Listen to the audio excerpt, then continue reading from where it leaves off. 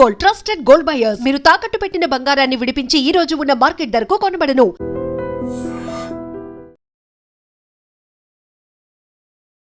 Hi guys, welcome to iDream. నేను మీ చాణక్య.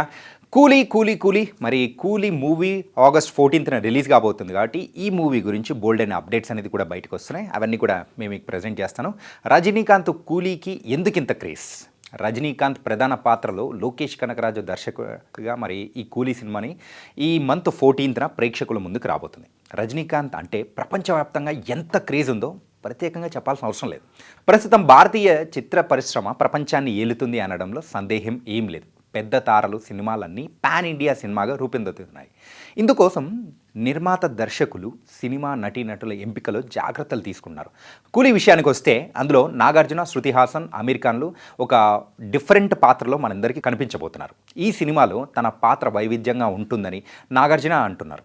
విలన్గా నటిస్తున్నారా అని అడిగితే అది నేను ముందే చెప్పాను, సినిమా విడుదలయ్యాక మీరు చూడండి అని అంటున్నారు. అంతేకాకుండా నా పాత్ర పేరు మాత్రం సైమన్ అని చెప్పారు. అంతేకాదు, సూపర్ స్టార్ రజనీకాంత్తో కలిసి నటించడం చాలా అద్భుతమైన అనుభవం అని ఆయన వర్ణించారు. ఆయనతో కలిసి నటిస్తున్నప్పుడు అనేక అనుభూతులకు లోనయ్యానని చెప్పారు.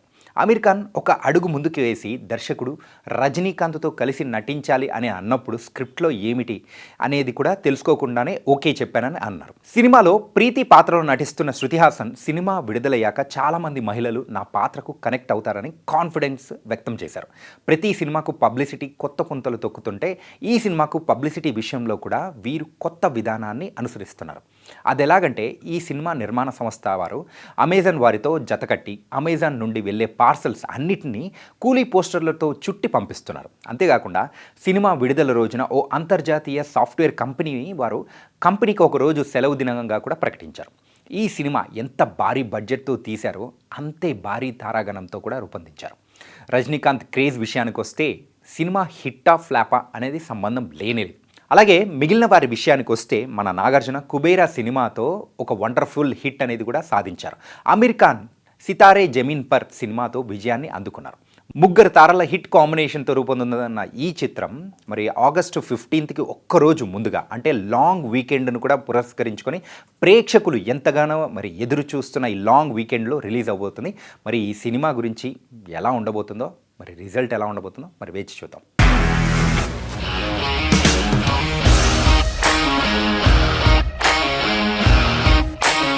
ఇండస్ట్రీలో కమిట్మెంట్ ఇష్యూస్ వస్తే నీకు కూడా వచ్చినట్టు మార్నింగ్ తీసుకెళ్ళాడంటే కొట్టి పడేస్తాడు.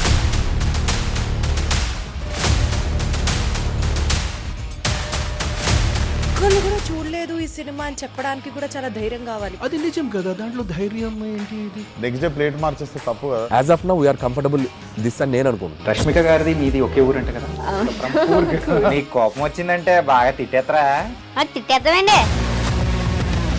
నిజంగా గేమ్ ని ఎలా చేంజ్ చేయగలిగారు? ఏపీఎస్ఎఫ్సి వాళ్ళకి 6 నెలల్లో నేను 6 లక్షలు కట్టా. బిజినెస్ చేయాలనుకుంటే it is as difficult as riding a tiger.